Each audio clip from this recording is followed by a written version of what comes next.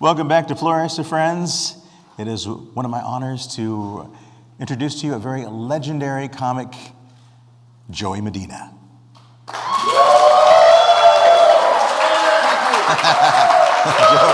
what's going on, brother? Have a seat, man. How's it going? Good, Joey. I'm so happy you came.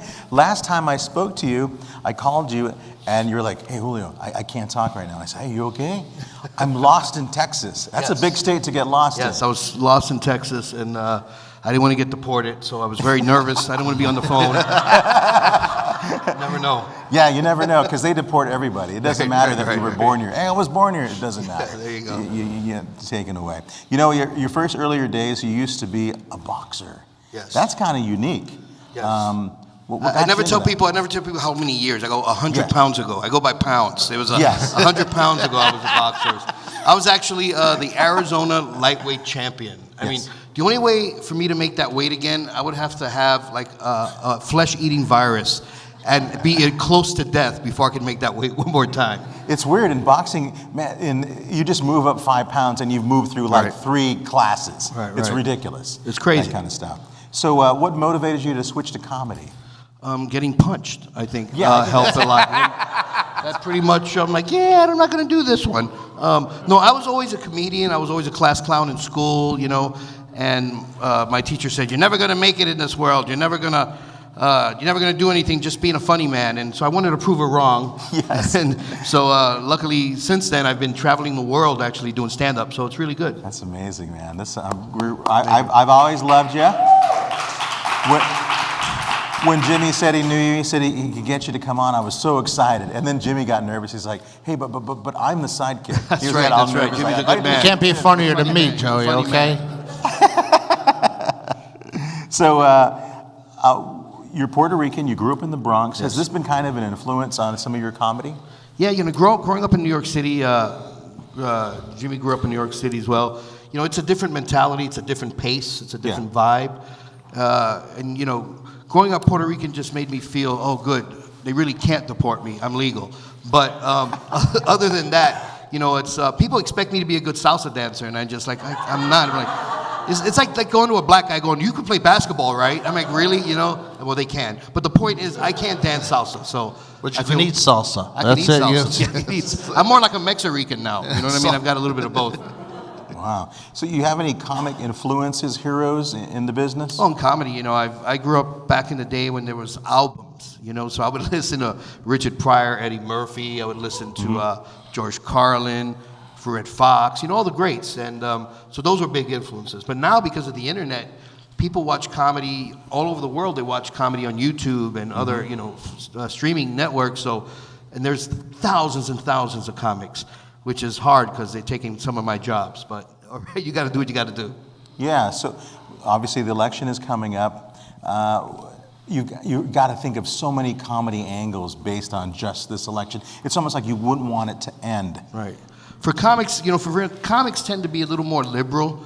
So I think we you know, majority of comics probably want Hillary to win, but for our comedic side, we want Trump to win because he's such a moron, man. And it's just like, it's 4 years of jokes right there. Like, please win. This is good. You know, and Alec Baldwin wants that too, so he wants to say it.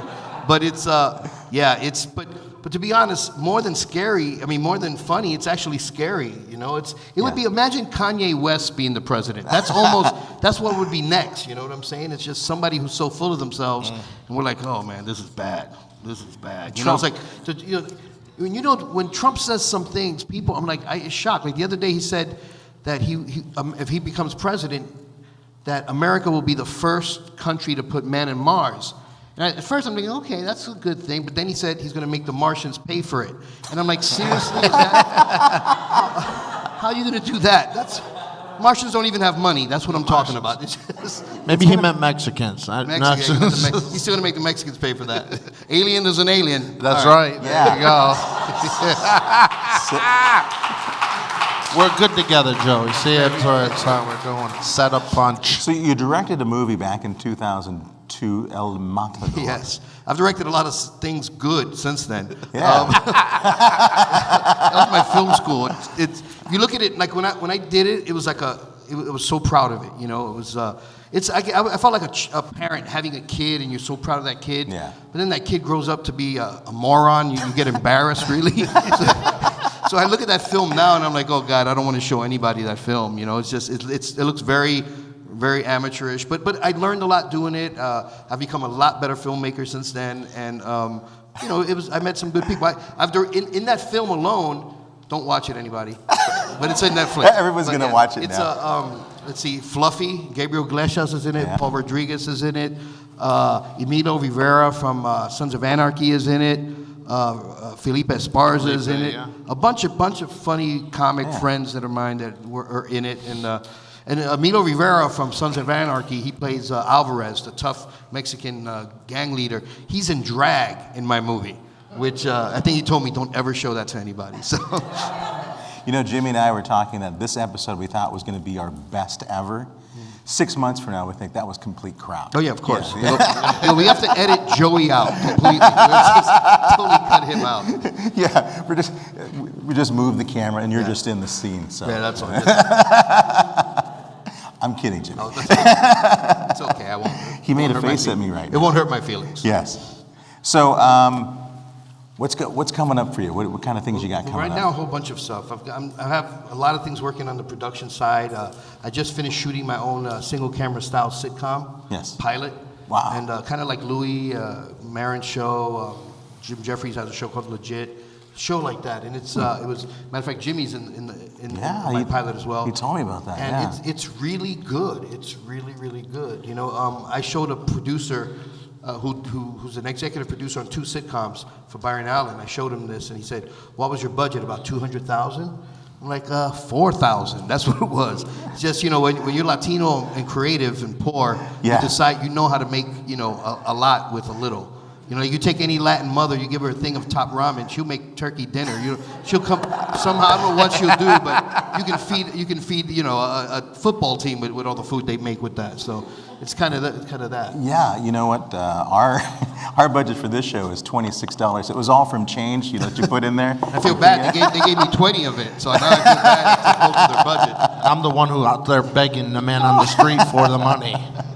So Joey, you're going to be got some shows coming up? Yeah, I'm doing stand-up all over. I do stand-up all over the world. I'm going to Vegas again coming up, Reno, you know, all the big places. And, you know, stand-up is weird. It's like being in a band. You play little shows sometimes.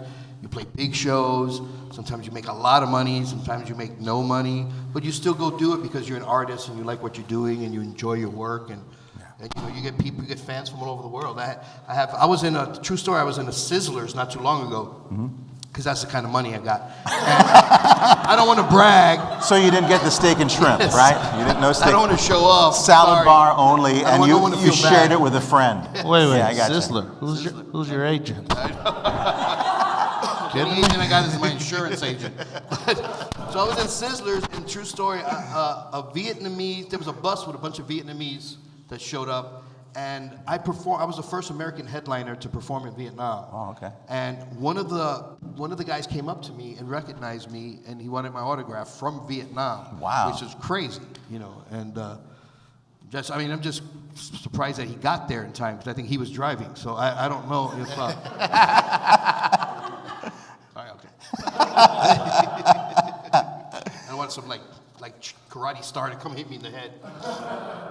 Did you have any dog burgers over there in No, Vietnam but- or anything? No, I was Cat very burgers? careful. That's Filipino. That is Filipino, Filipino. yeah. That's racist. My- They're all my Chinese to bad. him. They're all Chinese to Chinese. him. No, but I did see that. I went by one place. We went to a smaller part in Vietnam, and they've had dogs that were kind of skinned and ready to cook right there. And I'm like, I'll pass. I'm thinking, man, if this is like adopt a pet, I think I'm too late, you know. Sorry, Fido. I could have been here 5 more minutes earlier. I would have saved you. I'm sorry. Did you say like where are the tortillas? They don't have tortillas. Dude, huh? I was really careful over it. And you know, it's a communist country, so I went I went to the place. This is a true story. When you watch Vietnam movies, you always see the Vietnamese are hiding in tunnels and popping out like little moles or whatever. That city where those tunnels are called Coochie. That's the city that is called the Coochie Tunnels, the Coochie Tunnels. So I went because I thought it was a brothel. I had no idea. I had no idea what it was. But and apparently they let you go in the tunnels, but when I wanted to go in the tunnels, they looked at me and go, "Oh no, you're too big." I'm like, seriously? So yeah, I stuck my head in like an ostrich. That's about it. That reminds me, I lived in San Diego, and the last beach, I forget the last beach, but you can actually walk on the beach into Mexico, which I was surprised, or they had tunnels. And some guys, just walking into Mexico. People are like going, hey, you're going the wrong way. You should have wore your suit. I know. See, but I saw you in your suit today because Yes. I'd never seen you in a suit before. I see you in a suit. I'm like, oh, he looks like a funeral director. It does look like a funeral director. Like he just wants to tell you, I'm sorry for your loss. I'm sorry for your loss. I'm sorry for your losses. I just wanted to let you know about your bill, Joey. Yes, It's going to be $20,000. Yes, exactly. Sorry, your mom, I know you love her, but you don't have enough for a good box. You got to put her. Here's a big refrigerator box you can put her in. You going to perform for us, Joey? Yes, I will. Yes. will Joey perform. Medina. I will perform in a little bit for this very, very large crowd you have here, and I know they're gonna laugh like there's at least 5 people. I'm sure they will. I love that. Joey Medina is up next to perform on Flores and Friends. Thank you.